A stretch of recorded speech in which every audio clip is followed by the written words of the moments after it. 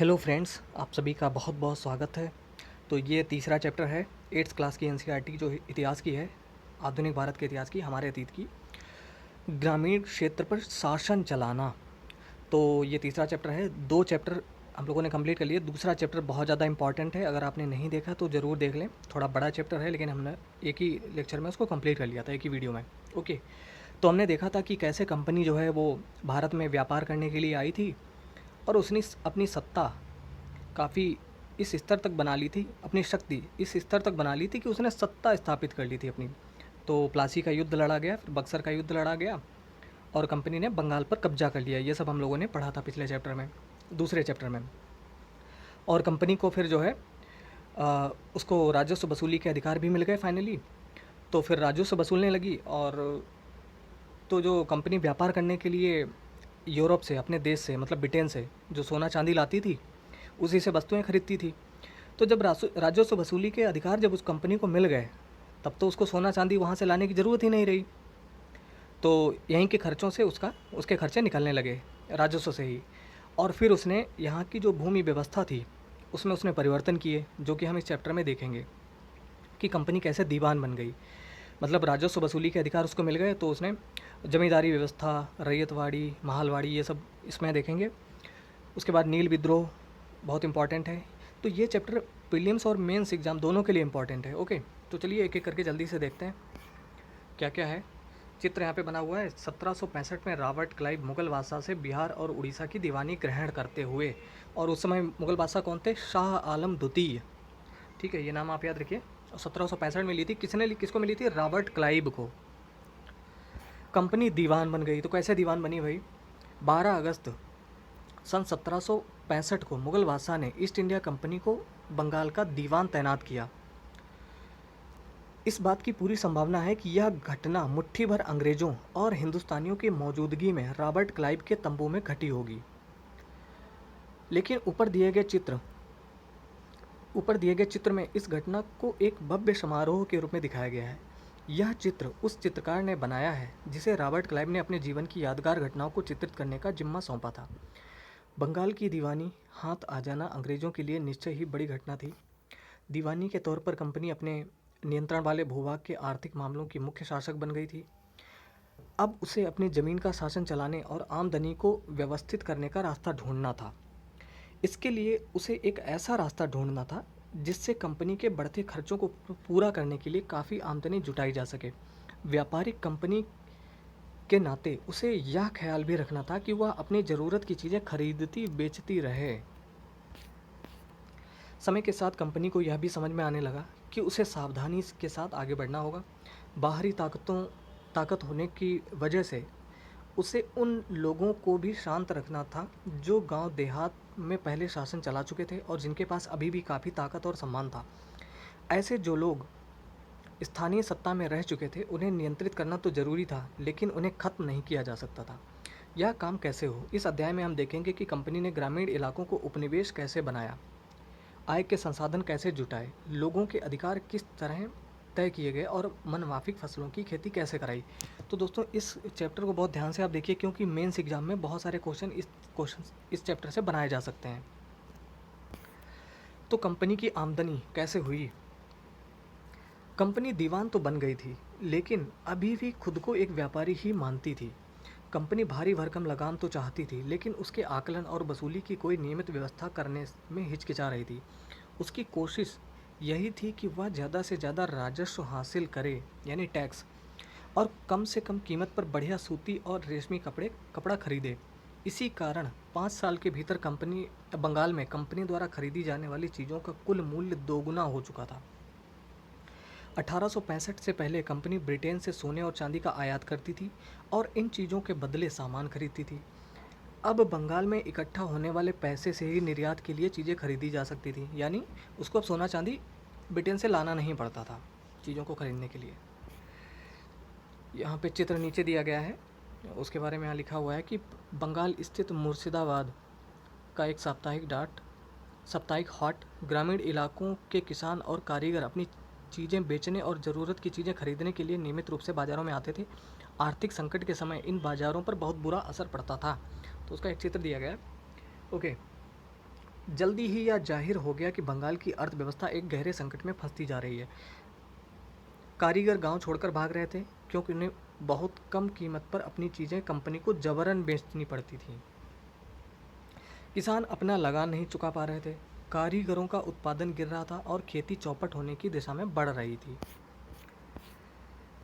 1770 में पड़े अकाल ने, तो 1770 में अकाल पड़ा था, में बंगाल में 1 करोड़ लोगों को मौत की नींद सुला दिया। यानी बहुत बड़ा नरसंहार समझ सकते हैं आप। नरसंहार क्या, लोग मृत्यु के काल में समा गए। इस अकाल में लगभग 1/3 आबादी समाप्त हो गई। तो इतना बड़ा दुर्भिक्ष यानी अकाल कब पड़ा था, ये पूछा जाता है एग्जाम में, 1770 में। लेकिन अंग्रेज नहीं माने फिर भी। खेती में सुधार की ज़रूरत, यहाँ पर एक चित्र बना है चार्ल्स कॉर्नवालिस का। जिस समय स्थायी बंदोबस्त लागू किया गया था उस समय कॉर्नवालिस भारत का गवर्नर जनरल था। तो ये आपको याद रखना है कि स्थायी बंदोबस्त के समय गवर्नर जनरल कौन था, लॉर्ड चार्ल्स कॉर्नवालिस। ओके, खेती में सुधार की ज़रूरत। अगर अर्थव्यवस्था संकट में थी तो क्या कंपनी अपनी राजस्व आय के बारे में आश्वस्त रह सकती थी? कंपनी के ज़्यादातर अफसरों को यह लगने लगा था कि ज़मीन में निवेश करना और खेती में सुधार लाना जरूरी है। यह काम किस तरह किया जा सकता था? इस सवाल पर 2 दशकों तक बहस चली। आखिरकार कंपनी ने 1793 में स्थायी बंदोबस्त लागू किया। तो कब लागू किया था? 1793 में स्थायी बंदोबस्त।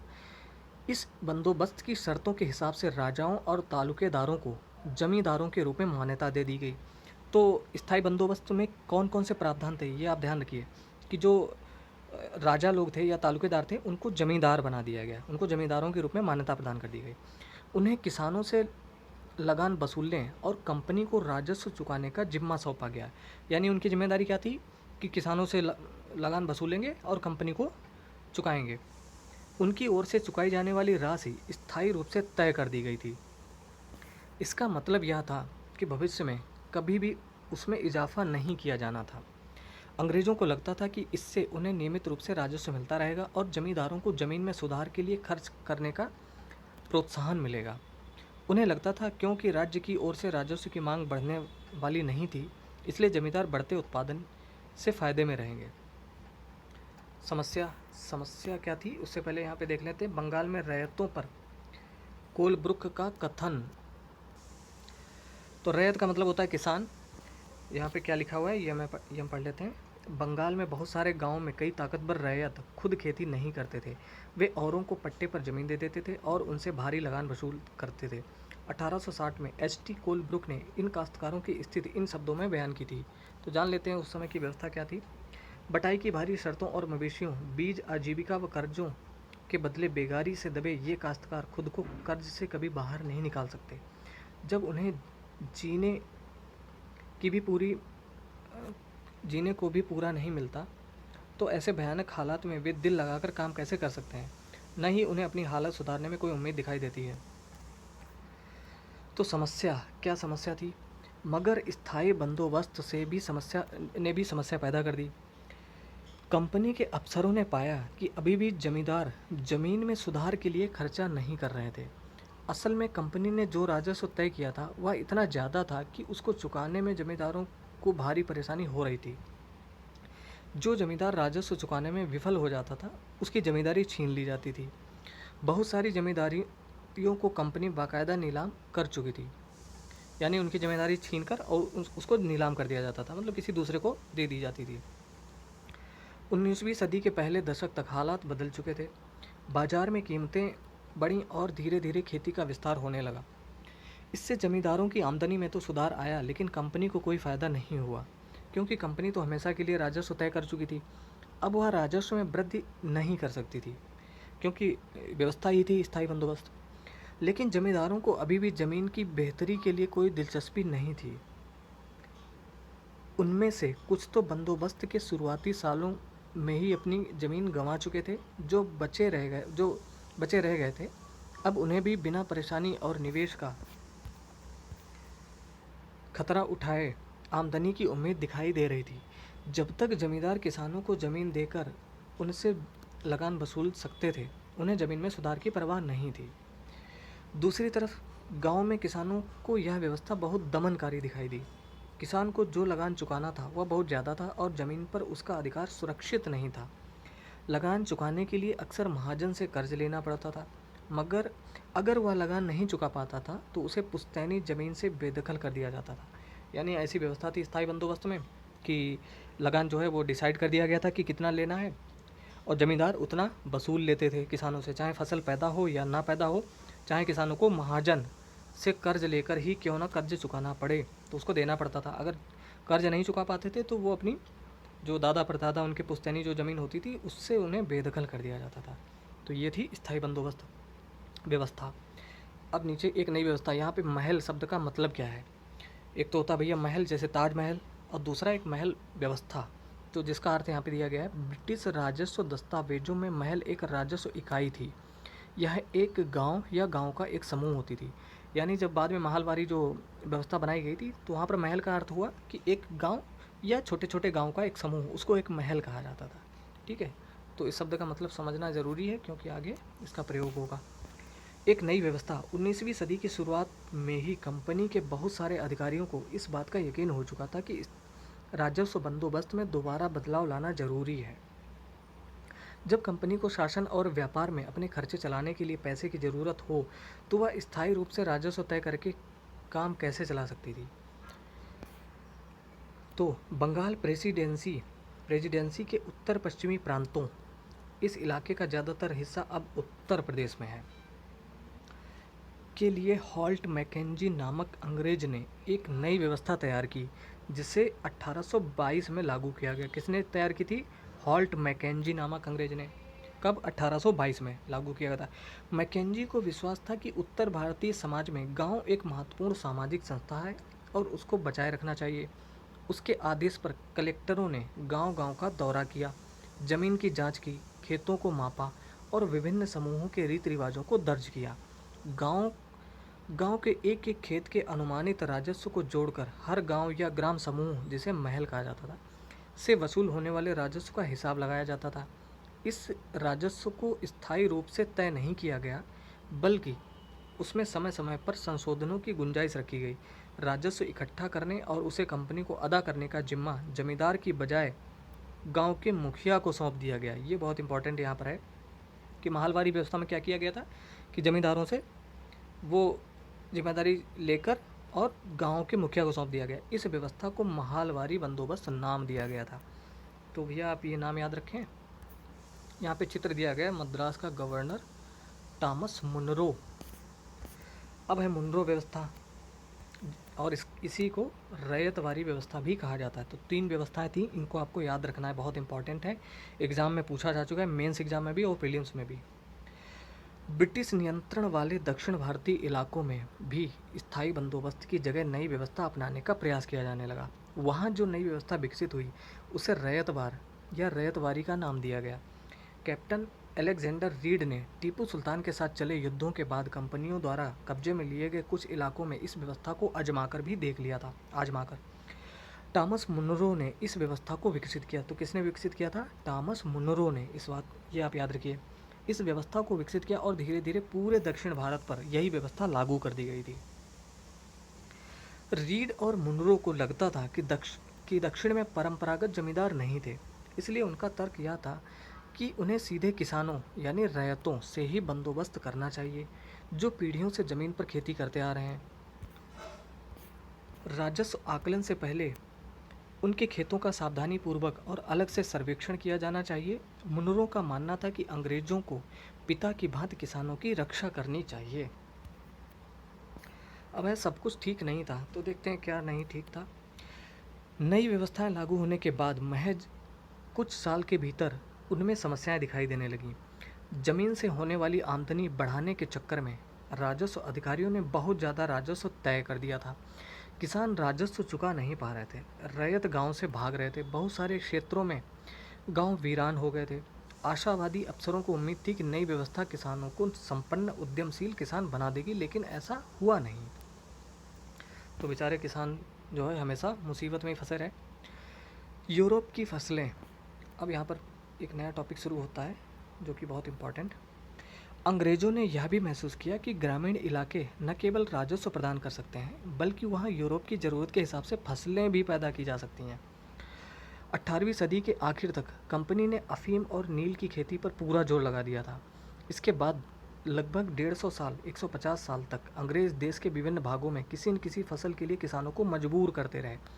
जैसे कि बंगाल में पटसन, असम में चाय, संयुक्त प्रांत जो अब उत्तर प्रदेश है में गन्ना, पंजाब में गेहूँ, महाराष्ट्र व पंजाब में कपास और मद्रास में चावल।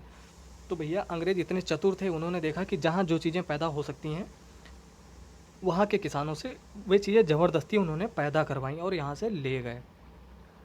तो यह कैसे किया गया? अंग्रेज़ों ने अपनी ज़रूरत की फसलों की खेती को फैलाने के लिए कई तरीके अपनाए।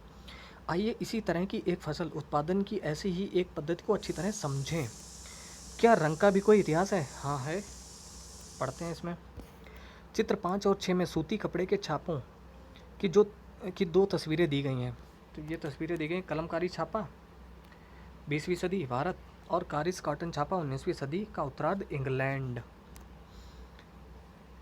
तो बाईं तरफ चित्र 5 की तस्वीर में भारत में आंध्र प्रदेश के बुनकरों द्वारा बनाए गए कलमकारी छापे दिखाई दे रहे हैं। दूसरी तरफ ब्रिटेन के प्रसिद्ध कवि और कलाकार विलियम मॉरिस द्वारा बनाए गए फूल वाले छापे हैं। दोनों छापों में एक बात समान है, दोनों में ही गहरे नीले रंग का इस्तेमाल किया गया है। इसे आमतौर पर नील कहा जाता है। क्या आप जानते हैं कि यह रंग किस तरह पैदा किया गया? इन छापों में आपको जो नीला रंग दिखाई दे रहा है वह नील नाम के एक पौधे से निकाला जाता था। इस बात की काफ़ी संभावना है कि 19वीं सदी के ब्रिटेन में मॉरिस के छापों में इस्तेमाल किया गया नीला रंग भारत में उगने वाले नील के पौधों से ही तैयार किया गया होगा। उस समय भारत दुनिया में नील का सबसे बड़ा स्रोत था। अब है भारतीय नील की मांग क्यों थी? नील का पौधा मुख्य रूप से उष्णकटिबंधीय इलाकों में ही उगता है। 13वीं सदी तक इटली, फ्रांस और ब्रिटेन के कपड़ा उत्पादक कपड़े की रंगाई के लिए भारतीय नील का इस्तेमाल कर रहे थे। अच्छा, उष्णकटिबंधीय इलाकों में ही उगता है, तो भैया ये भारत जैसे क्षेत्रों में, या जो उष्णकटिबंधीय इलाका कौन सा है? ये है हमारी पृथ्वी मान लो, और ये भूमध्य रेखा है। तो भूमध्य रेखा के उत्तर में 23.5 अंश उत्तरी अक्षांश और दक्षिण में 23.5 अंश दक्षिणी अक्षांश। तो इसके बीच यहाँ से यहाँ तक का जो भाग है इसे कहते हैं उष्णकटिबंधीय इलाका, उष्णकटिबंधीय क्षेत्र। तो 23.5 अंश उत्तर और 23.5 अंश दक्षिण, यहाँ पर पूरे वर्ष भर अच्छी मात्रा में गर्मी पड़ती है, सूर्य की किरणें पड़ती हैं। तो ये जो नील का पौधा था ये सिर्फ उष्णकटिबंधीय इलाके में ही उगता था। और भैया यूरोप तो पड़ता है शीतोष्ण या शीत कटिबंध में, तो वहाँ ये पौधा उगाना संभव नहीं था। इसलिए उस समय भारतीय नील की बहुत थोड़ी मात्रा ही यूरोपीय बाज़ारों में पहुँचती थी। उसकी कीमत भी बहुत ऊंची रहती थी। इसीलिए यूरोपीय कपड़ा उत्पादकों को बैंगनी और नीले रंग बनाने के लिए वोड नामक एक और पौधे पर निर्भर रहना पड़ता था। वोड पौधा शीतोष्ण क्षेत्र में उगता था, इसलिए यूरोप में आसानी से मिल जाता था। तो यूरोप जो है वो उसका ज़्यादातर हिस्सा शीतोष्ण कटिबंध में है।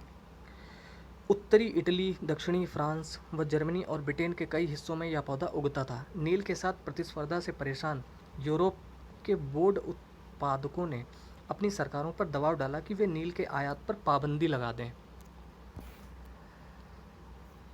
यहाँ पर बागान क्या है? एक विशाल खेत जिस पर बागान मालिक बहुत सारे लोगों से जबरन काम करवाता था। कॉफ़ी, गन्ना, तंबाकू, चाय और कपास आदि के विषय में बागानों का जिक्र किया जाता है। तो आगे क्या है? मगर कपड़े को रंगने वाले नील को ही पसंद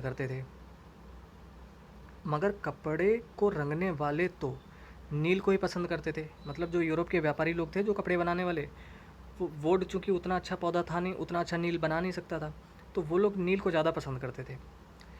नील से बहुत चमकदार नीला रंग मिलता था, जबकि वोड से मिलने वाला रंग बेजान और फीका होता था। 17वीं सदी तक आते आते यूरोपीय कपड़ा उत्पादकों ने नील के आयात पर लगी पाबंदी में ढील देने के लिए अपनी सरकारों को राजी कर लिया। कैरिबियाई द्वीप समूह स्थित सेंट डोमिंगो में फ्रांसीसी, ब्राज़ील में पुर्तगाली, जमैका में ब्रिटिश और वेनेजुएला में स्पेनिश लोग नील की खेती करने लगे। उत्तरी अमेरिका के भी बहुत सारे भागों में नील के बागान सामने आ गए थे। 18वीं शताब्दी के आखिर तक भारतीय नील की मांग और बढ़ गई। ब्रिटेन में औद्योगिकरण का युग शुरू हो चुका था और उसके कपास उत्पादन में भारी इजाफा हुआ। अब कपड़ा की रंगाई की मांग और तेज़ी से बढ़ने लगी। जब नील की मांग बढ़ी, उसी दौरान वेस्ट इंडीज़ और अमेरिका से मिलने वाली आपूर्ति अनेक कारणों से बंद हो गई। 1783 से 1789 के बीच दुनिया का नील उत्पादन आधा रह गया था। ब्रिटेन के रंगरेज अब नील की आपूर्ति के लिए बेचैनी से किसी और स्रोत की तलाश कर रहे थे। यह नील कहाँ से मिल सकता था? भारत में ब्रिटेन की बढ़ती दिलचस्पी। यूरोप में नील की बढ़ती मांग को देखते हुए ईस्ट इंडिया कंपनी भी भारत में नील की खेती बढ़ाने के रास्ते ढूंढने लगी। तो उन्होंने सोचा, अंग्रेज़ों ने, कि भारत में तो पैदा होता ही है नील का पौधा, मतलब यहाँ तो पैदावार हो ही सकती है।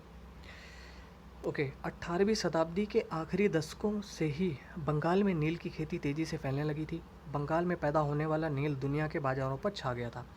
1788 में ब्रिटेन द्वारा आयात किए गए नील में भारतीय नील का हिस्सा केवल लगभग 30% था और 1810 में, यानी लगभग देखा जाए 20 वर्षों बाद ही, में ब्रिटेन द्वारा आयात किए गए नील में भारतीय नील का हिस्सा 95% हो चुका था। तो इतना ज़्यादा मात्रा में बढ़ गया था मात्र 20 वर्षों में।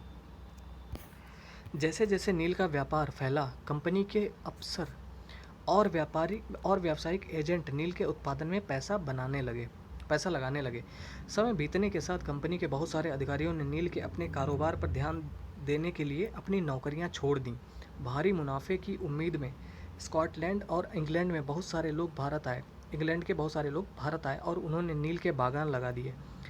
जिसके पास नील की पैदावार के लिए पैसा नहीं था, उन्हें कंपनी और नए नए बैंक कर्जा देने के लिए तैयार रहते थे। नील की खेती कैसे होती थी, ये हम पढ़ें इससे पहले कि यहाँ पे देखते हैं क्या है चित्र। ये सेंट डोमिंगो में गुलामों की बगावत, अगस्त 1791, जनवरी स्कुहादोल्स्की का चित्र। 18वीं सदी में फ्रांसीसी बागान मालिकों ने कैरिबियाई द्वीप समूह में स्थित फ्रांसीसी उपनिवेश सेंट डोमिंगो में नील और चीनी का उत्पादन शुरू किया। इन बागानों में काम करने वाले अफ्रीकी गुलाम 1791 में बगावत पर उतर आए। उन्होंने बागान जला दिए और अपने धनी मालिकों को मार डाला। यानी अंग्रेज़ों ने उधम मचा के रखा था दुनिया भर में, आप जानते ही हैं। 1792 में फ्रांस ने अपने उपनिवेशों में दास प्रथा समाप्त कर दी। इन घटनाओं की वजह से कैरिबियाई द्वीपों में नील की खेती ठप्प हो गई। अब हम जानते हैं कि नील की खेती कैसे होती थी। तो नील की खेती के दो मुख्य तरीके थे। कौन कौन? एक निज और रैयती। निज खेती की व्यवस्था में बागान मालिक खुद अपनी ज़मीन में नील का उत्पादन करते थे। या तो वह ज़मीन खरीद लेते थे या दूसरे ज़मींदारों से ज़मीन भाड़े पर ले लेते थे और मजदूरों को काम पर लगाकर नील की खेती करवाते थे। निज खेती की समस्याएं। ओके, यहाँ पे गुलाम शब्द का मतलब दिया गया है, चूँकि ये तो आपको पता ही होगा, चूँकि ये कक्षा 8 की एनसीईआरटी है, इसलिए यहाँ पे छोटे छोटे ऐसे शब्दों का मतलब भी बताया जाता है। तो गुलाम मतलब ऐसा व्यक्ति जो किसी दास स्वामी की संपत्ति होता है। गुलाम के पास कोई आज़ादी नहीं होती है, उसे अपने मालिक के लिए काम करना होता है। तो ये तो सब आप जानते ही हैं। तो निज खेती की समस्याएं। बंगाल मालिकों को निज खेती का क्षेत्रफल फैलाने में मुश्किल आ रही थी। नील की खेती केवल उपजाऊ ज़मीन पर की जा सकती थी। ऐसी ज़मीनों पर आबादी पहले ही बहुत ज़्यादा थी। यहाँ वहाँ छोटे मोटे खेत ही उसके हाथ लग पाते थे। नील की खेती करने के लिए उन्हें बड़े बड़े भूखंडों की ज़रूरत थी। इस तरह की ज़मीनें उन्हें कहाँ से मिल सकती थी? उन्होंने नील की फैक्ट्री के इर्द गिर्द पट्टे पर ज़मीन लेने के प्रयास किए और वहाँ के किसानों को हटवा दिया। इससे टकराव और तनाव पैदा हो जाता था। मज़दूरों का इंतज़ाम करना भी आसान नहीं था। बड़े बागान के लिए बहुत सारे मज़दूरों की ज़रूरत थी। मज़दूरों की ज़रूरत भी सबसे ज़्यादा उसी समय होती थी जब किसान धान की खेती में व्यस्त रहते थे। बड़े पैमाने पर निज खेती के लिए बहुत सारे हल बैलों की भी ज़रूरत थी। 1 बीघा नील की खेती के लिए 2 हल चाहिए होते थे। इसका मतलब यह था कि अगर किसी बागान मालिक के पास 1000 बीघा ज़मीन है तो उसे 2000 हलों की ज़रूरत पड़ती। हलों को खरीदना और उनका रख रखाव एक बड़ी समस्या थी। किसानों के भी हल नहीं मिल सकते थे। उन्हें अपने लिए ही इन चीज़ों की ज़रूरत होती थी। जिस समय नील उत्पादकों को ज़रूरत होती थी, उसी समय किसानों के हल बैल भी चावल की खेती में व्यस्त रहते थे। और आप जानते हैं कि बंगाल में चावल अच्छी मात्रा में उगाया जाता है। 19वीं सदी के आखिर तक बागान मालिक निज खेती का क्षेत्रफल बढ़ाने में हिचकिचाते थे। इस व्यवस्था के तहत नील की पैदावार वाली 25% से भी कम जमीन आती थी। बाकी जमीन रैयती व्यवस्था के अंतर्गत थी। अब यहाँ पे बीघा का मतलब दिया गया है। ज़मीन की एक माप ब्रिटिश शासन से पहले बीघे का आकार अलग अलग होता था। बंगाल में अंग्रेज़ों ने इसका क्षेत्रफल करीब 1/3 एकड़ तय कर दिया था। अब है रैयतों की ज़मीन पर नील की खेती। तो कैसे कराई थी इन्होंने? रैयत व्यवस्था के तहत बागान मालिक रैयतों के साथ एक अनुबंध यानी सट्टा करते थे। कई बार वे गांव के मुखियाओं को भी रैयतों की तरफ से समझौता करने के लिए बाध्य कर देते थे। जो अनुबंध पर दस्तखत कर देते थे, उन्हें नील उगाने के लिए कम ब्याज दर पर बागान मालिकों से नकद कर्जा मिल जाता था। कर्जा लेने वाले रैयत को अपनी कम से कम 25% ज़मीन पर नील की खेती करनी होती थी। बागान मालिक बीज और उपकरण मुहैया कराते थे, जबकि मिट्टी को तैयार करने, बीज बोने और फसल की देखभाल करने का जिम्मा काश्तकारों के ऊपर रहता था। जब कटाई के बाद फसल बागान मालिक को सौंप दी जाती थी, तो रैयत को नया कर्ज मिल जाता था और वही चक्र दोबारा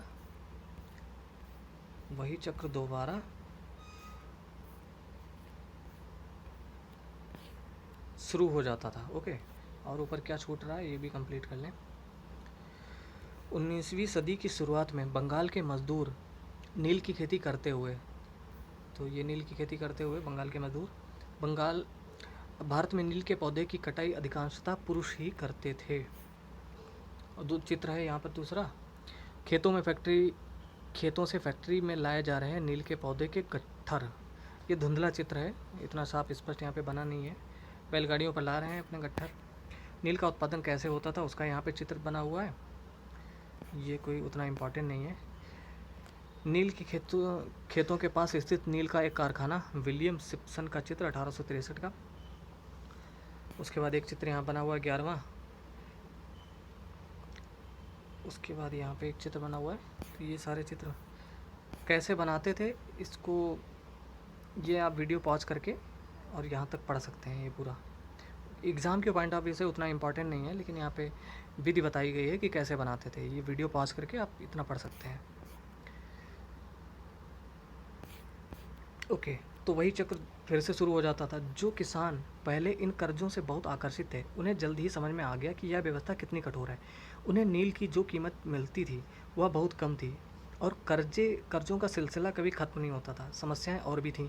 बागान मालिक चाहते थे कि किसान अपने सबसे बढ़िया खेतों में ही नील की खेती करें, लेकिन नील के साथ परेशानी यह थी कि उसकी जड़ें बहुत गहरी होती थीं और वह मिट्टी की सारी ताकत खींच लेती थी।